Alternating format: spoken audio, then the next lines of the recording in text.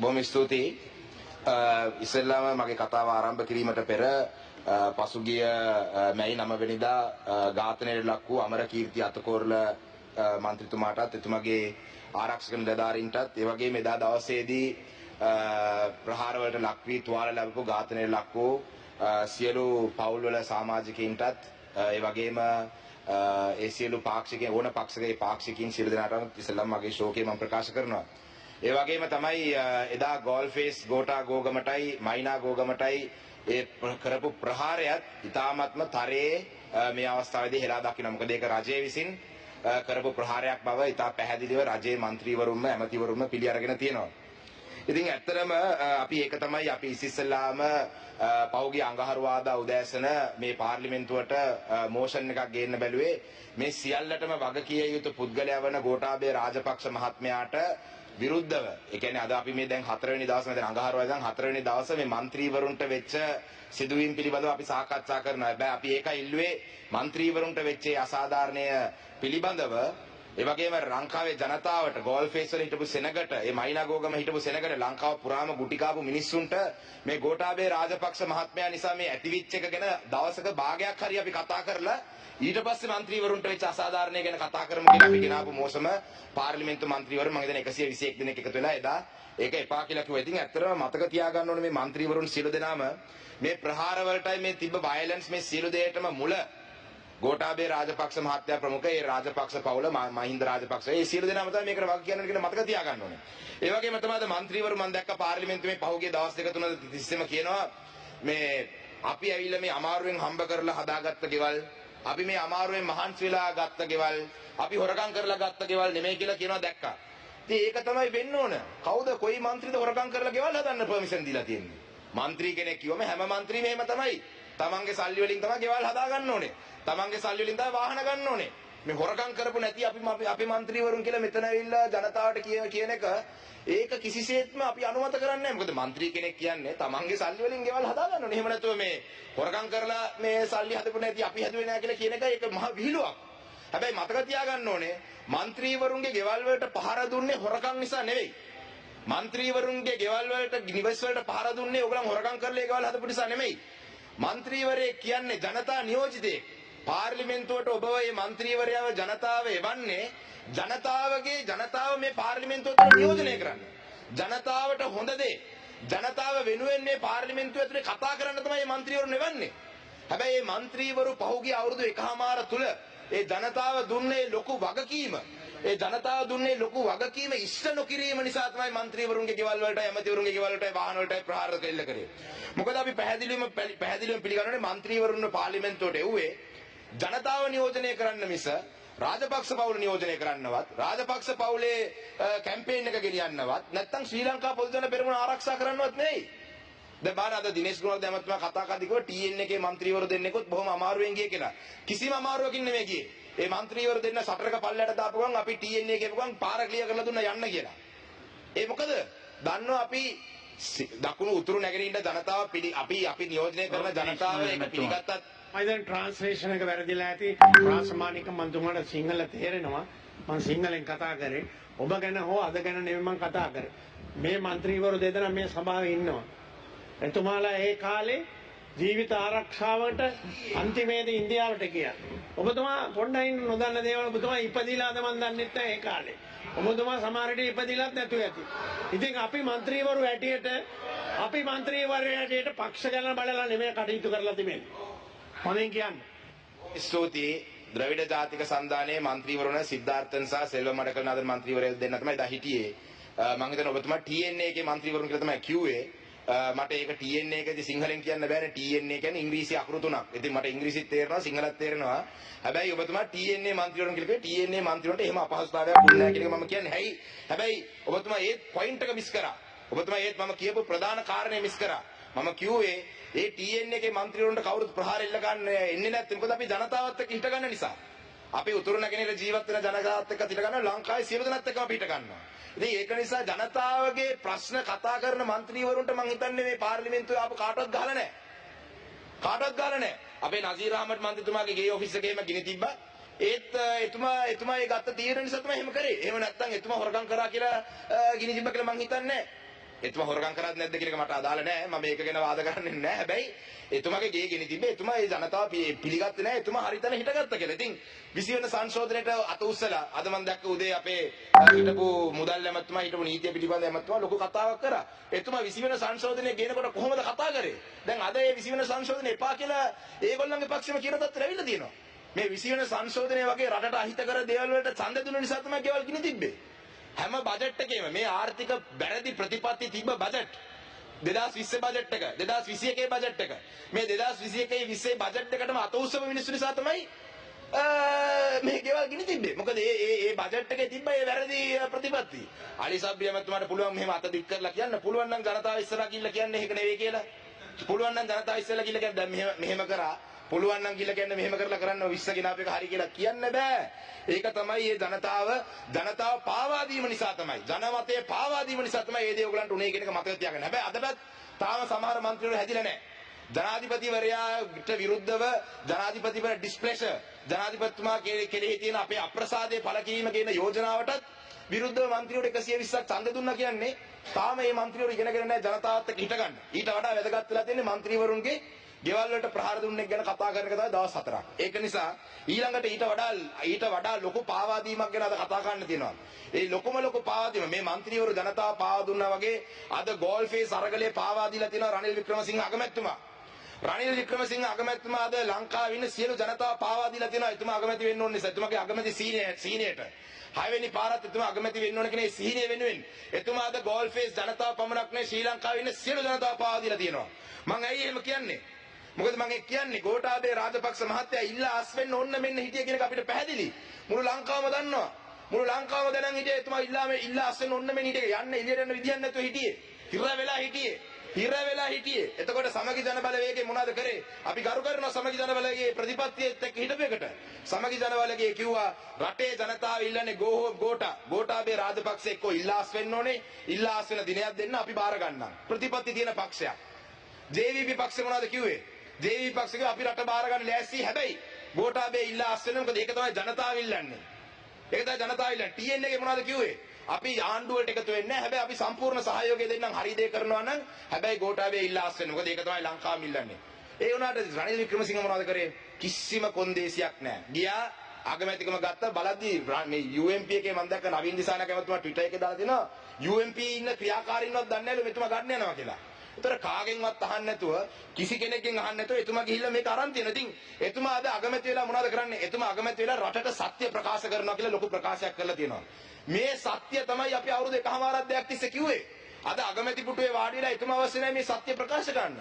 Speech එකක් දුන්න ගමන් කියනවා where he is being honest. He has stated the real situation of this country. We knew this situation. The country knew this situation, which is why they were protesting at Ballface. We didn't need a prime minister to come and sit in his chair to say all this. We didn't need him to do that. අපි මොනවද එතුමා මෙතනට එනවා නම් අපි එතුමාගෙන් බලාපොරොත්තු වෙන්නේ මොනවද? අපි ඊටව බලාපොරොත්තු වෙන්නේ ආපු ගමන් එතුමා කියයි right මම මේ රටවල් එක්ක කතා කරලා තියෙනවා සති 3ක් ඇතුළත ගෑස් හිඟේ මම නවත්තනවා මාසයක් ඇතුළත මම පෙට්‍රල් හිඟේ නවත්තනවා මම මාස කිහිපයක් ඇතුළත මේ බෙහෙත් හිඟේ නවත්තනවා මම මේ වැඩ පිළිවෙල කරනවා ඒ වුණාට අපි අද එතුමා ඇවිල්ලා මොනවද කිව්වේ පෙට්‍රල් නෑ මේ ජීවිතේ අමාරුම මාස 3 මේ ඉදිරි අනාගතයේ තියෙන ඒක අපි දන්නවා ඔබතුමාට ඇග්‍රීමන්ට් හදාගෙන එන්න තිබ්බේ අගමැතිකම ගන්නවා නම් මේ රට මේ ආර්ථික ප්‍රශ්නෙන් ගොඩ ගන්න. ඔබතුමාට බෙහෙත් ගේන්න ක්‍රමයක් හදාගෙන එන්න තිබ්බේ. ඔබතුමාට තෙල් ගේන්න ක්‍රමයක් හදාගෙන එන්න තිබ්බේ. හැබැයි ඔබතුමා ඇයි ඒ තනතුර ගත්තේ? ඔබතුමා ඒ තනතුර ගත්තේ මේ කිසිම දෙයකට නෙමෙයි. ඔබතුමා තනතුර ගත්තේ මේ රාජපක්ෂ පවුල බේරගන්න. ඒක බය නැතුව මම කියනවා මෙතන. ඒ පවුල බේරගන්න තමයි ඔබතුමා ගත්තේ. බිත්තියට හේතු කරලා තිබ්බේ ඒ රාජපක්ෂ පවුල බේරගන්න තමයි ඔබතුමා මේ තනතුර ගත්තේ. ඔබතුමාගෙන් මම ඉල්ලීමක් කරනවා. ඔබතුමා රටට සත්‍ය ප්‍රකාශ කරා කියලා ඔබතුමා එදා මාධ්‍ය ඉස්සරහා ලොකු ප්‍රකාශයක් කරා රටේ ඇත්ත තත්ත්වය මේක කියලා. ඔබතුමා අද රටට ප්‍රකාශ කරන්න ඕන සත්‍ය වෙන මොනවත් නෙමෙයි. ඔබතුමා මේ රාජපක්ෂ පවුලත් එක්ක දාපු ඩීල් එක මොකක්ද කියන එක ප්‍රකාශ කරන්න. මොකද්ද ඔබතුමා මේ රාජපක්ෂ පවුලත් එක්ක දාපු ඇග්‍රීමන්ට් එක ගැන සත්‍ය පුළුවන් නම් ප්‍රකාශ කරන්න. ආර්ථික පිළිබඳ සත්‍ය අපි සියලු දෙනාම දන්නවා. We all know the state of the economy. We don't need you to come and tell us this. You reveal to us, you be honest to us about the deal that you made with the Rajapaksa family.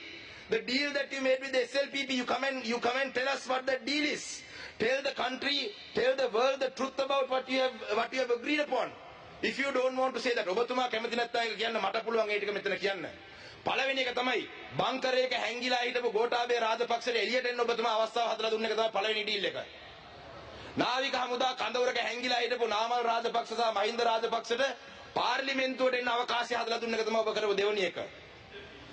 නියෝජ්‍ය කතානායක ඡන්දයේදී බැසිල් රාජපක්ෂ මහත්තයාට ශ්‍රී ලංකා පොදුජන පෙරමුණ මගේ අතේ තාම තියෙන්නේ කියන එක රටට පෙන්වන්න අවස්ථාව ඔබ හදලා දුන්නේ. මොකද නියෝජ්‍ය කතානායක ඡන්දයේදී ඔබතුමා කිව්වා කාන්තාවක් පත් කරමු කියලා. අපේ රෝහිණී කවිරත්න මන්ත්‍රීතුමියට අපි තාම ගරු කරනවා. එතුමිය ශ්‍රී ලංකාව වෙනුවෙන් එතුමියගේ නම දැම්ම එතනට. බය නැතුව දැම්මා. එතුමියට අපේ ප්‍රණාමය පුද ගන්න ඕනේ. මොකද බය නැතුව ආවා. ඡන්දයක් ඕන ඡන්දයකට පෙරදුනත් එකයි නැත්නම් මගේ නම දෙන්නම් රට වෙනුවෙන් කියලා අපි අගය කරනවා එතුමියව. හැබැයි මොකක්ද අගමැතිතුමා මේ නම ප්‍රොපෝස් කරලා රටේ ජනතාවටයි පොදු ජන පෙරමුණේ ඔය මේ බය වෙලා හිටපු മന്ത്രിවරුන්ටයි මේ කොන්ෆිඩන්ස් එක දුන්නා බැසිල් රාජපක්ෂ මහත්තයාගේ අතේ තමයි අදලත් පක්ෂයේ තියෙන්නේ කියලා. ඒක තමයි එතුමා කරපු තුන්වෙනි එක. එතුමා කරපු තුන්වෙනි එක තමයි ඒක. ඉතින් ඒක නිසා මෙතනින් එහාට තව ගොඩාක් දේවල් අපිට කියන්න පුළුවන් කියන්න තියෙනවා නම් අපිට ආරංචි එතුමා වේදා ගෲප් මීටින් එකක් ගත්තේ නැහැ කියලා. ඇත්තද ඒක? එතුමාගේ පාර්ලිමේන්තු එකේ උදේ තිබ්බ ගෲප් මීටින් එකක් ගත්තේ නැලු රනිල් වික්‍රමසිංහ. අනේ පව්. ඒක മന്ത്രി කෙනෙක් මම හිතන්නේ එයාගේ ගෲප් මීටින් එක තනියෙන් කාමරේ තියාගන්න නැති. පොදු ජන පෙරමුණේ ගෲප් මීටින් එකක් ගත්තේ නැලු. ඇත්තද බැසිල් රාජපක්ෂ මහත්මයා ඔබතුමා ඉන්නවා එහෙම ගත්තේ නැද්ද එතුමාව? ඉතින් අපේ රටේ ජනතාවට ඒක නිසා කියන්නේ ඊට අමතරව එතුමාද දාලා තියෙන ඩීල් ටික තමයි මේ ගෝඨා ගෝගම කියන එක බෙදන එක. දැන් එතුමාට පුළුවන් හරි මොලකාරය එතුමා. අර ඉන්නේ අර අපිරාජිබ්බෝ කියලා කාටුන් එකක් ඉන්න ඒකේ අර බඩේ තමයි මොලකාරය ඉන්නේ මැෂින් එක අස්සේ. ඒ වගේ තමයි මෙයා. මොලකාරය දැන් ඉන්නවා ඇවිද ගන්න බෑ මොලේ තියෙනවා හැබැයි. හැබැයි මං කියන්නේ අර කාටුන් එකේ ඇවිද ගන්න බැරි මං එතුමාට ඇවිද ගන්න බෑ කියලා කිව්වේ නෑ. ඒ කාටුන් එකේ මොලකාරය වගේ. එතකොට අද ගෝඨා ගෝගම කියන එක බෙදන්නේ එතුමා සියලු වැඩ පිළිවෙල කරලා තියෙන්නේ. ගෝඨා ගෝගම ඉන්න අයට කියලා තියෙනවලු ප්‍රොපෝසල් ලෙවන්න කමිටුවක් හදමු තුන් දෙනා දාන්න කියලා. ඉතින් 3000ක් 30000ක් ඉන්න තැනක තුන දැම්මම ඔය කමිටුවස්සෙම තරහ යන කවුද යන්නේ කියලා. ගෝඨා ගෝගමට ආරක්ෂාව සපයන්නයි ගෝඨා ගෝගමට අවශ්‍ය ෆැසිලිටිස් සපයන්න කමිටුවක් පත් කරලා තියෙනවලු. ඇයි ඔබතුමා හිතුවද මේ ගෝඨා ගෝගමේ ඉන්න කට්ටිය මැරණ කල් උතරින් ආවේ කියලා? කමිටුවක් ඕනේ නෑ. ගෝඨාභය රාජපක්ෂ මහත්තයාට ගෙදර යන්න කියලා වෙන්න ඉන්නේ. ඉතින් ඔබතුමාට කමිටු පත් ගන්න නැතුව ගෝඨාභය රාජපක්ෂ මහත්තයා ගෙදර යන කමිටුවක් පත් ගන්න. එතනින් අරගල කාර්යයට කැම බීම දෙන්න කමිටුව අවශ්‍ය නැහැ. ඉතින් ඔබතුමා ඊළඟට කරලා තියෙන්නේ මෙන්න මේක තමයි. ඊට අමතරව වෙන මොනවද කරලා තියෙන්නේ? සෝෂල් මීඩියා කාර්යයන්ට මම දන්නවා පැහැදිලිව. මොකද මාසයකට කලින් අර නියෝජ්‍ය කතානායකතුමාගේ ඡන්දෙට කලින් වෙල් ඩන් සර්, සුබපැතුම් සර් වගේ කට්ටිය අපිට ඕනේ කියලා ගහපු සෝෂල් මීඩියා පේජ් අද මට කොටියා කියලා ගහනවා. ඇයි? රනිල් වික්‍රමසිංහ මහත්තයාට විරුද්ධව වචනයක් කියපු ගමන් අද මට කොටියා කියලා ගහනවා. ඒ පේජ්ම තමයි මං ගා ස්ක්‍රීන්ෂොට් එකේ ඒ පේජ්ම තමයි කිව්වේ. නියමයි සර් වගේ කොන්දපණ තියෙන මිනිස්සු අද කොටියා. ඇයි? රනිල් වික්‍රමසිංහ මහත්තයාගේ වැරදි අපි එළියේ කතා කරනකොට අපි කොටියා. ඉතින් අද ඇත්තටම මට එතුමත් එක්ක කිසිම පෞද්ගලික අමනාපයක්වත් එතුමත් එක්ක කිසිම තරහක්වත් නැහැ. මට තියෙන ප්‍රශ්නය මේ ලක්ෂ ගාණක් තරුණයෝ කරපු මේ අරගලයේ පාවා දීම. මේ පාවා දීම තමයි මට තියෙන ප්‍රශ්නේ. වෙන කිසිම ප්‍රශ්නයක් නැහැ. මොකද අද එතුමා මේ බ්‍රීතිං ස්පේස් එක අරන් දීලා තියෙන්නේ. වැඩි කල් යන්න කලින් අපේ බැසිල් රාජපක්ෂ මහත්තයා අගමැති වෙයිද දන්නෙත් නැහැ. වැඩි කල් යන්න කලින් අපේ නාමල් රාජපක්ෂ මහත්තයා විපක්ෂ නායකම වෙයිද දන්නෙත් නැහැ. ඉතින් මේ වගේ මොන හරි ඩීල් ටික මම කියන්නේ ඔබතුමා ජාතියට කරපු අවංක ප්‍රකාශය වගේ පුළුවන් නම් ඇවිල්ලා රටට කියන්න ඔබතුමා මොන පදනමකටද මේ තරතුර බාරගත්තේ කියලා ඔබතුමාට කියන්න බෑ. ඒ වගේම තමයි මට කොළඹ මහනගර සභාවේ සමහර മന്ത്രിවරු කිව්වා මේ ගෝඨා ගෝහෝම අරගලයට අපිට යන්න එපා කියලා තියෙනවා කියලා. ඉතින් ඒ වගේ පහත් වැඩ කරන්න එපා. ඒ තරුණ මේ മന്ത്രിවරුන්ට ඒ අවකාශය ලබා දෙන්න. මේ മന്ത്രിවරුන් ගෝඨා ගෝහමට ගියොත් එහෙම UMP එකේ තියෙන ඒ තනතුරු නැති වෙයි කියලා තියෙනවා කියලා අපිට ආරංචි මාර්ග තියෙනවා. ඒ වගේම තමයි ශ්‍රී ලංකාවේ සමහර ජනතාව ඉන්නවා රනිල් වික්‍රමසිංහ මහා මොලකරු. මං කියන්නේ මේ කොළඹ 7 වෙන්න පුළුවන්, කොළඹ වටින ජනතාව වෙන්න පුළුවන්. රනිල් වික්‍රමසිංහ මේ හෙන වැඩෙක්. එයාට පුළුවන් ඕන දෙයක් කරකවන්න. එයා ලොකු මොලකාරයෙක්. එයාට විතරයි මේ කරකවන්න කියලා කියන් ඉන්න මිනිස්සුගෙන් මම ප්‍රශ්න කීපයක් අහන්න කැමතියි. පළවෙනි ප්‍රශ්නේ තමයි අද මෙතන ඉන්නේ ප්‍රශ්නෙට කලින් පළවෙනි එකක් කියන්න ඕනේ. අද මෙතන ඉන්නේ තනි රනිල් වික්‍රමසිංහ. පහුගිය කාලේ එතුමා හිටියා වගේ ලංකාවේ පැරණිම පක්ෂයේ නායකයා മന്ത്രിවරු 90ක් 100ක් ඉන්න පක්ෂයක නායකයෙක් නෙවෙයි අද ඉන්නේ. අද ඉන්නේ ගෝඨාභය රාජපක්ෂ මහත්තයාගේ හිරකරුවා ඉන්නේ. ශ්‍රී ලංකා පොදු ජන පෙරමුණේ හිරකරුවා ඉන්නේ අද. මේ රනිල් වික්‍රමසිංහ ඉස්සරහට රනිල් වික්‍රමසිංහ නෙවෙයි. එක മന്ത്രി කෙනෙක්වත් නැහැ යාට. ඔබතුමාලා හිතනවාද මේ අද රනිල් වික්‍රමසිංහ ඔළුවේ තියන් නටන මිනිස්සුගෙන් මං අහන්නේ. ඔබතුමාලා හිතනවාද එතුමා හෙට පනතක් ගෙනාවොත් එහෙම මේ SLPP ආණ්ඩුවට විරුද්ධව ඔය മന്ത്രിවරු 113 කර සපෝට් කරයි කියලා? සපෝට් කරන්නේ නැහැ. සපෝට් කරන්නේ නැහැ. මන්ත්‍රීතුමා පස්සේ කතා කරන්න මගේ කාලේ නාස්ති ගන්න එපා. 113 සපෝට් කරයි කියලා හිතනවාද? මම හිතන්නේ නැහැ සපෝට් කරයි කියලා. කිසිසේත්ම සපෝට් කරන්නේ මම අනිවාර්යෙන් කරුණා කරලා අපි පහුගිය කාලේ අපේ ඇවිල්ලා දේශපාලන සිරකරුව නිදාස් ගන්න කියලා තමයි වැඩිපුර ඉල්ලුවේ. හැබැයි මම මේ අවස්ථාවේ ඉන්නවා මේ ලබන පොසොන් එකට පුළුවන් නම් ගෝඨාභය රාජපක්ෂ මහත්තයාට මේ රනිල් වික්‍රමසිංහ කියන හිරකරුවට නිදහස දෙන්න කියලා. මොකද රට වෙනුවෙන් මෙච්චර කාලෙ අපි ඉල්ලුවේ දේශපාලන සිරකරුවන්ට. දැන් මේ අලුත් එක්කෙනෙකුත් ඉන්නවා හිරකරුවෙක්. පොදු ජන පෙරමුණේ හිරකරුවා. ගෝඨාභය රාජපක්ෂ හිරකරුවා. පුළුවන් නම් එතුමට මේ පොසොන් එක වෙන්න කලින් නිදහස දෙන්න. මොකද මේ රට වෙනුවෙන් අපි මේ ඉල්ලීම කරන්නේ. එතුමට පුළුවන්ද මේ හොරු අල්ලන්න? මොකද අද රටේ ජනතාව ඉල්ලන්නේ මොකද? හොරගම් කරපු සල්ලි ගේන්න. හොරගම් කරපු සල්ලි හොරු අල්ලන්න පුළුවන්ද? අපි දැක්ක වාලුකාරාම පන්සලට එතුමා ගිහිල්ලා දියුරුම් දෙන්නම් පස්සේ ආශිර්වාද ගන්න යනකොට එතුමාගේ එහා පැත්තේ හිටිය දයාගමගේ කියලා හිටපු ඇමති කෙනෙක්. මම පහුගිය සතියේ කෝප් කමිටුවට ගියාම කෝප් කමිටුවේ මහජන බැංකුවේ ඔඩිට් එක අවිල්ලා තිබ්බා.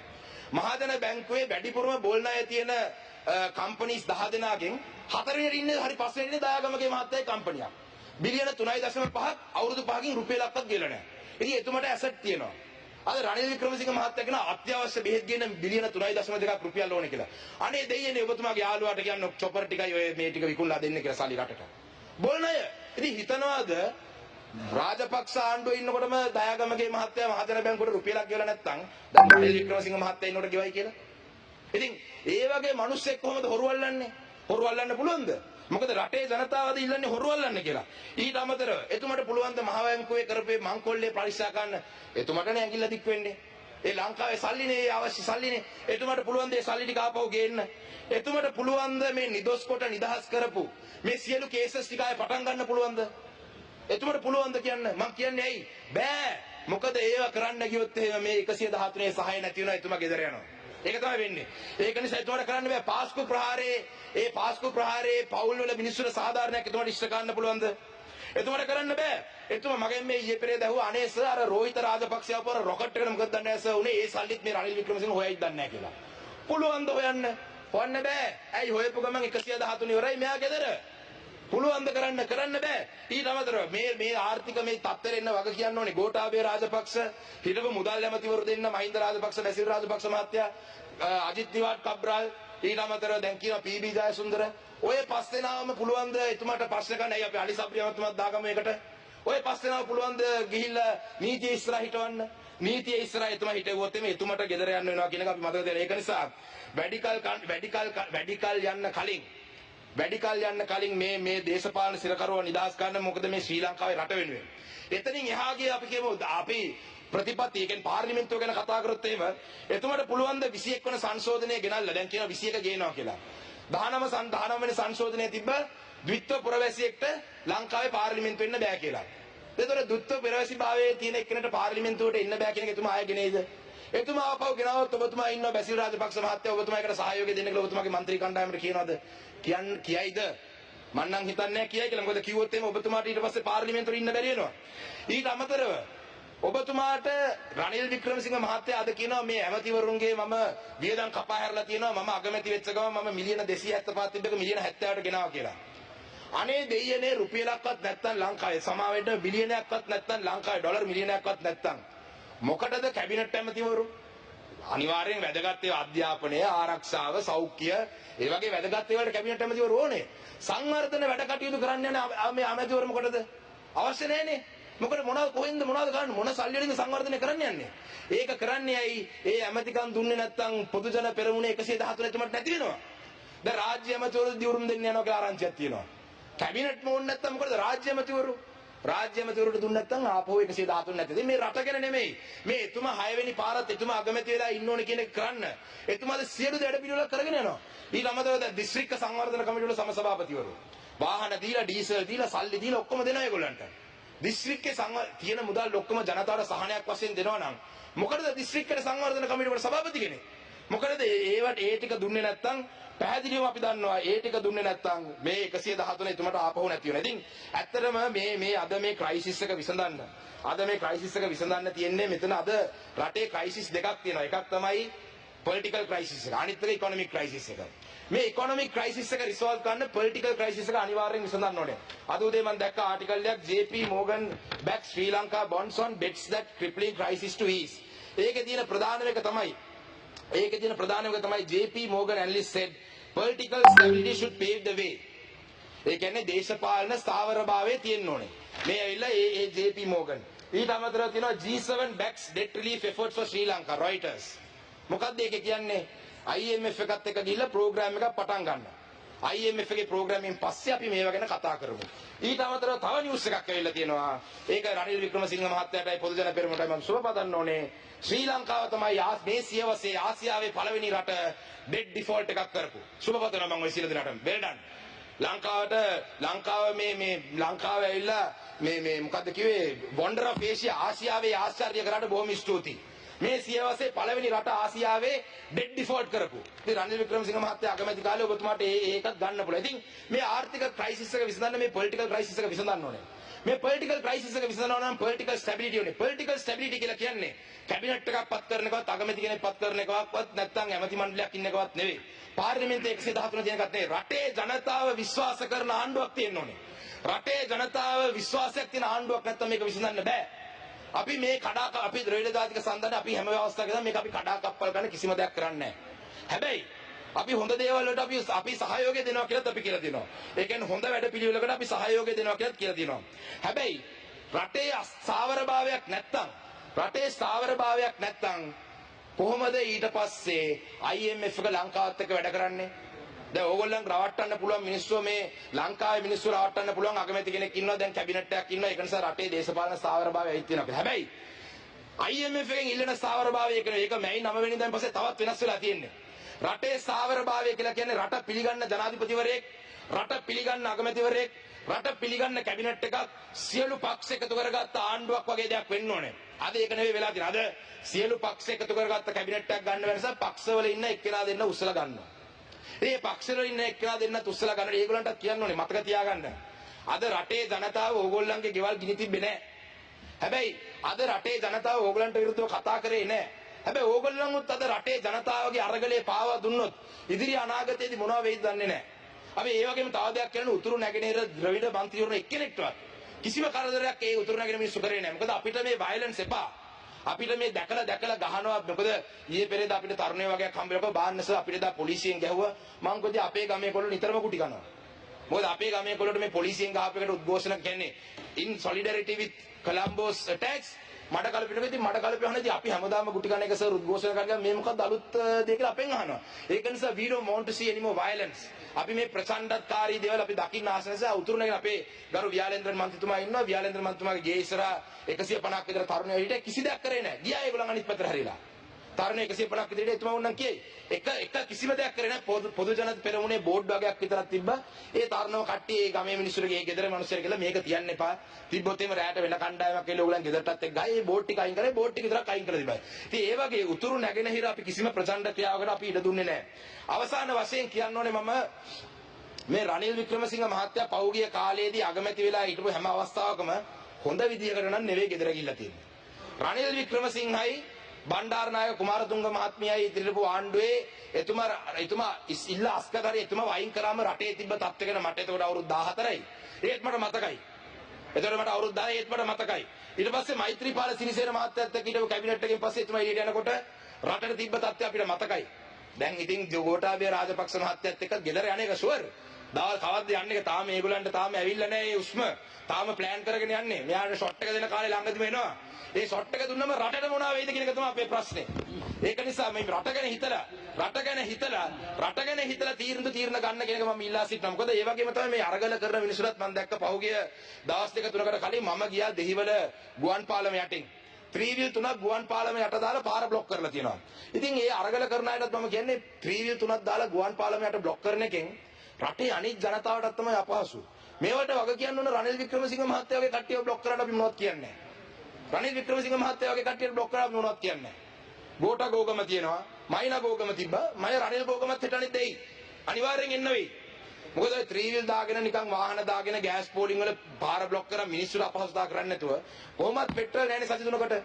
කොහොමද තිබ්බත් නැහැ. පැය 4ක් පොලිමේ ගිහිල්ලා ඊළඟට ගහන්න යනකොට පෙට්‍රල් නැහැ කියලා කියනවා. ඊට අමතරව ඒ නිකන් ගිහිල්ලා ඕගොල්ලෝ සති තුනක් ගෙදර ඉන්නේ ගිහිල්ලා ඉන්න රනිල් වික්‍රමසිංහ මහත්තයත් එක්ක ජොලි සෙට් එකක් දාගෙන. එයා ගේ ඉස්සරහට පොඩි දවස් කීපයක් ඉන්න. එයාට කියන්න අපිව පාවා දෙන්න එපා. ඇතිනේ දැන් හිටියනේ 5 පාරක් 6 පාරක් රෙකෝඩ් එකක් තිබ්බනේ අගමැති කියලා. දැන් යන්න. මේ රටේ ජනතාව පාවා දෙන්න නැතුව ලැජ්ජ නැති වැඩ ගන්න නැතුව යන්න. මේ ඩීල් ඇති නෝ ඩීල් ගම කියලා ගත්තා දැන් ඇති යන්න ගෙදර ඒක නිසා මම වැඩිදුර මේක ගැන මම කතා කරන්න කැමති නෑ අවසාන වශයෙන් මුදල් ඇමති කෙනෙක් නැති නිසා කවුරු හරි ඇමති කෙනෙක් මේක පුළුවන් නම් කියන්න ගිහිල්ලා අපි දැක්ක වර්ල්ඩ් බැංක් එකෙන් මිලියන 170ක්ද කොහෙද ලංකාවට දෙනවා කියලා මේ සතිය ඇතුළත කොහෙද ඒක ඇවිල්ලාත් දන්නේ නෑ මම දැන් ඒක ඇවිල්ලා තියෙන්නේ හරිකම් ඒ මිලියන 170 ඩොලර් හැබැයි ඒ සල්ලි කනිජ තෙල් ගේන්න භාවිතා කරන්න බෑ කියලා එක මම දැක්කා නෝටිස් එකක් තියෙනවා. ඉතින් ඇත්තට මේ සල්ලි රටේ ජනතාවට සහන දෙන්න. ඒ කියන්නේ කෑෂ් ට්‍රාන්ස්ෆර් හැටියට දෙන්න කියලා තමයි තියෙන්නේ. ඉතින් ලංකාව රටේ ජනතාවට කෑෂ් ට්‍රාන්ස්ෆර් මම දැන් ඩොලර් වලින් දෙන්නේ නැහනේ. රුපීස් වලින් තමයි දෙන්නේ. ඉතින් මේ ඩොලර් මිලියන 170 කොයි හරි අවස්ථාවක රුපීස් වලට කන්වර්ට් වෙන්න ඕනේ. ඉතින් මේ ඩොලර් මිලියන 170 පුළුවන් නම් රජයට යම් ක්‍රමවේදයකින් මේක පෙට්‍රෝලියම් හරි ලංකාවට අවශ්‍ය බෙහෙත් හරි කෑම වලට හරි මේ ඩොලර් මිලියන 170 පුළුවන් නම් භාවිතා කරන ක්‍රමවේදයක් හදාගන්න කියලා ඉල්ලීමක් කරනවා නැත්නම් අපි දැක්ක පහුගිය කාලේ ඉන්දියන් ක්‍රෙඩිට් ලයින් එකෙන් ගෙනා වගේ කවුරු හරි ව්‍යාපාරේ කම්බි ගෙන ඊයකට කම්බි ගෙනල්ලා ඉවර මොනේ කන්ස්ට්‍රක්ෂන් වැඩ වගේ පටන් ඒක නිසා ඒක ගැනත් හොයලා බලන්න කියලා මම ඉල්ලා සිටිනවා දෙවනුව තමයි ඉතාමත්ම වැදගත් දෙයක් කියන්න ඕනේ මේ අවස්ථාවේදී මේ කොළඹ ටෙලිග්‍රාෆ් නිවුස් පේපර් එකේ මම දැක්ක ආටිකල් එකක්. ඒක මැයි 18 වෙනිදා ලියලා තියෙන්නේ Gota's goon blast Chief Justice. AG refuses to file contempt charges. Now this is a very serious case. I'll read out the first section. Major General Jagat Talvis, another lackey of the Rajapaksha, Gotabaya Rajapaksha, who was appointed Secretary of the Ministry of lackey Rajapaksha කියලා මම කිව්වේ මේ ආටිකල් එකේ තිබෙන්නේ. Major General Jagat Talvis, Secretary of the Ministry of Public Security, slammed the judiciary in a high-handed letter addressed to Chief Justice Jayanta Jayasuriya, accusing lower court judges of being responsible for the violence that unfolded in Sri Lanka. After SLPP-led mobs attacked peaceful protesters at Golface on May 9. මේ ගෝඨාභය මහත්තයා appoint කරපු මේ ජගත් තල්විස් කියන ලේකම් ලියලා තියෙන්නේ SLPP-led mobs attack කරගෙන රටේ ජනතාව අහගන්න. Rather than investigating and prosecuting the suspect, as advised by the highest court in the land, Rajaratnam instead colluded with the suspect against the victims to shield Alvis from prosecution. දැන් ඒ කියන්නේ මේ රටේ ජගත් අල්විස් කියන Secretary to Ministry of Public Security ලංකාවේ තියෙන ඉතාමත්ම උඩම තැන ලංකාවේ තියෙන ශ්‍රේෂ්ඨාධිකරණයට ඒ කියන්නේ ජුඩිෂරි එකට Chief Justice අග්‍ර විනිශ්චුරුට ජයන්ත ජයසූරිය ලියුමක් කියලා තියෙනවා මේ උසාවි වල ඉන්න ජජස්ලා කරපු වැරද්දෙන් තමයි මේ මොබ්ස්ලා නවත්තන්න බැරි වුණේ කියලා. එතකොට high handed data. ඒ කියන්නේ දරුණු ලියුමක් ලියලා තියෙනවා. එතකොට දැන් අපි දන්නවා රංජන් රාමනායක වගේ මිනිස්සු මේ contempt of court වලට අද ඉරේ ඉන්නවා. එතකොට මෙතුමට මේ ලියපු ලියුමට මේ ආටිකල් එක අනුව තියෙන රාජරත්නම් ඉන්ස්ටෙඩ් රාජරත්නම් කියන්නේ මම හිතන්නේ ඇටර්නි ජෙනරල්. එතකොට රාජරත්නම් කියනවලු මේකට අපි මේක සමාදානෙන් විසඳගමු කියලා. ඉතින් ඒක නිසා ජස්ටිස් මිනිස්ටර් හිටපු ජස්ටිස් මිනිස්ටර්ත් ඉන්නවා. පුළුවන් නම් ඔබතුමා ඊළඟට ඔබතුමාත් දන්නේ ආපහු ජස්ටිස් මිනිස්ටර්. ඉතින් ඔබතුමාත් ප්‍රෙසිඩන්ට්ස් කවුන්සිල් කෙනෙක් වශයෙන් මේ අසාධාරණ පිළිබඳව මේ ඩබල් ස්ටෑන්ඩඩ්ස් පිළිබඳව පොඩ්ඩක් හොයලා බලන්න. එහෙම දෙයක් සිදු වෙලා තියෙනවා නම් මේ ජගත් අල්විස්ට විරුද්ධව contempt of court charges දාන්න ඕනේ. එහෙම නැත්තම් මේක ඇත්තනම් අපි දකිනවා BA මොනවද බා ඇසෝසියේෂන් එකෙන් හැමදේටම කතා කර යනවා. මේකටත් පුළුවන් නම් ඇක්ෂන් එකක් ගන්න. බා ඇසෝසියේෂන් එක ගිහිල්ලා මේ മന്ത്രി මේ තරුණයන් අරස් කරාම ගිහිල්ලා කරා වගේ මේ රටේ ඉතාම උඩම තැන. ඉතින් බා ඇසෝසියේෂන් එකේ ඉන්න කට්ටියත් මේක ගැන හොයලා බලන්න කියන ඉල්ලීම මම මේ අවස්ථාවේ කරන්න ඕනේ. ඒ වගේම තමයි තව දෙයක් තියෙනවා මේ මාධ්‍ය නිදහස ලබා දෙනවා මාධ්‍ය ගැන ඔක්කොම කතා කරපු මේ අගමැතිතුමා මේ පහුගිය දවස්වල අපි දැක්කා මේ මාධ්‍ය වේදීන්ට මේ පාර්ලිමේන්තු එක ඇතුලේ පහර දුන්නා කියලා. ඒ වගේම තමයි ඊයේ දවසේදී මම දැක්කා ඊයේ දවසේ මම හිතන දැක්කා කෙහෙලිය රඹුක්වැල්ල අලුතෙන් පත් වෙච්ච මේ සෞඛ්‍ය ඇමතුමා පව් අර හිටපු ඇමතුමාට මාසෙයි. මේ අලුතෙන් පත් වෙච්ච සෞඛ්‍ය ඇමතුමාට මේ කියලා තියෙනවා මේ මංජුල බස්නායක කියන නම කියලා. නිවුස් සෙන්ටර් කරන මංජුල බස්නායක දාලා තියෙනවා මේ අමරකීර්ති අතකෝරළ මහත්මයාගේ සුයිසයිඩ් එකක් කියලා. එතුමාගේ මම මෙතන මගේ කියන මංජුල බස්නායකගේ Facebook පිටුවේ තියෙන ගිණුම මම ඒ වගේ මම කියපු අනිත් නිවුස් උත් මම මේ සභාගත කරන්නම්. මේකේ තියෙනවා එතුමා කරලා තියෙන්නේ ඒ වෙලාවේ එතුමා විතරක් නෙවෙයි ලංකාවේ ඉන්න සියලුම මාධ්‍ය ආයතන ඔව් ගත නැහැ. Your time is over. Okay sir, I'm finishing just 1 minute. Okay. ලංකාවේ ඉන්න මේ මාධ්‍යවේදියාට මේ දාලා තියෙන අනිත් නිවුස් පත්තරවල ගියප එක. ඉතින් එතුමා විතරක් තනි කරලා මේ පාර්ලිමේන්තුවේ කියප එක ඉතාමත්ම තරයේ හෙලා දකින්නනේ. එතුමා ඒක පිළිබඳ රටේ ජනතාවට නැවත පැහැදිලි කිරීමක් කරනවා. මොකද මංජුල බස්නායක කියන්නේ මාධ්‍යවේදියෙක්. එක මාධ්‍යවේදියෙක්. ඒ මාධ්‍යවේදියා දිගින් දිගටම නිවුස් හැම දෙයක්ම රිපෝට් කරන මාධ්‍යවේදියෙක්. ඉතින් මේ මාධ්‍යවේදියා මෙහෙම දෙකක් දැම්මා කියන එක පෞද්ගලික සිංගල් අවුට් කරලා කරාම අද රටේ තියෙන මිනිස්සු ඉන්න තරහත් එක්ක අනිවාර්යයෙන්ම පොදු ජන පෙරමුණේ තග්ස්ලාත් ඇතිනේ. තග්ස්ලා ගිහිල්ලා ඊට පස්සේ මංජුල බස්නායක ගෙදරට හරි පහර දුන්නොත් මේක ඊටාම බැරෑරුම් ප්‍රකාශයක්. මොකද මේක එතුමා විතරක් නෙවෙයි. මේක එතුමා අනිත් සියලුම මාධ්‍ය දාපු එකක් තමයි එතුමාද මේක නිසා තනියේ එතුමාගේ නම විතරක් කියප එක ඊටාමත්ම වැරදි. මේක මාධ්‍ය මර්ධනය කිරීමක්. එතුමා ආයේ බය නැතුව කොහොමද ආටිකල් එකක් ලියන්නේ? පාර්ලිමේන්තුවේ සිංගල් හෑන්ඩඩ්ලි එතුමාගේ නම කිව්වම කොහොමද දාන්නේ? මොකද එතුමාගේ ඒ අමරකීර්ති අතුකෝරළ මහත්මයාගේ භාර්යාවත් එතුමාගේ එතුමියගේ ප්‍රකාශයේ පොලිසියට කටුතර දෙන්නේ පළවෙනියට අපිට නිවුස් එක ආවේ සුයිසයිඩ් එකක් කියලා තමයි කියලා තියෙනවා. ඉතින් ඒක නිසා මේ மஞ்சுள பஸ்நாயக விதரக் சிங்கிள் அவுட் කරප එක අපි තාම තරේ එලා දකිනවා. விருதியாக இன்று வடக்கு கிழக்கு வாழும் தமிழ் பேசும் மக்கள் இன்று பார்த்து கொண்டிருப்பார்கள். ஏன் சாணக்கியன் அவர்கள் ரணில் விக்ரமசிங்க அவர்களை இவ்வளவு தாக்குறார் என்று. ரணில் விக்ரமசிங்க அவரை தாக்குறதுக்கான காரணம் கடந்த காலத்திலே 2015 தொடக்கம் 19 வரைக்கும் இருந்த ரணில் விக்ரமசிங்க வேற 90 எம்பி மேல இருந்தவங்க அவர் கட்சியினுடைய தலைவர். இன்று அவர் ஒரு கைதி. கோட்டாபே ராஜபக்சவுடைய கைதி, ஒரு புனை கைதியா இருக்கிறார். அவர் ஒரு அரசியல் கைதி. நாங்கள் கடந்த காலத்திலே நாங்கள் கேட்டது போல எங்களுடைய தமிழ் அரசியல் கைதியை விடுதலை செய்ய சொன்ன தமிழ் அரசியல் கைதியை போல அல்ல, இவர் ஒரு கேவலமான கைதி. இந்த கைதியை விடுதலை செய்ய சொல்லி நாங்கள் கேட்டிருக்கிறோம். என்றால் இன்று ரணில் விக்ரமசிங்கவால இந்த நாட்டை கட்டியிருக்க முடியாது. அவர் இந்த ராஜபக்ச குடும்பத்தினரை காப்பாற்றுவதற்காக தந்திருக்கிற கொன்றேன். கடந்த காலத்திலே அவர்கள் 90 எம்பி மேல இருந்தவர், இன்று ஒரு தனி ஒரு எம்பி. அவர் இந்த ராஜபக்ச குடும்பத்தை காப்பாற்றுவதற்கு தான் இன்று இந்த பிரதமர் பதவியை வைத்துக் கொண்டிருக்கிறார். கனகாலத்துக்கு அவர் இந்த பதவியிலே இருக்க மாட்டார். இந்த ரணில் விக்ரமசிங்கவுடைய இன்று இருக்கிறாங்க கிழக்கு மாநிலத்தை சேர்ந்த பாராளுமன்ற உறுப்பினர்கள்.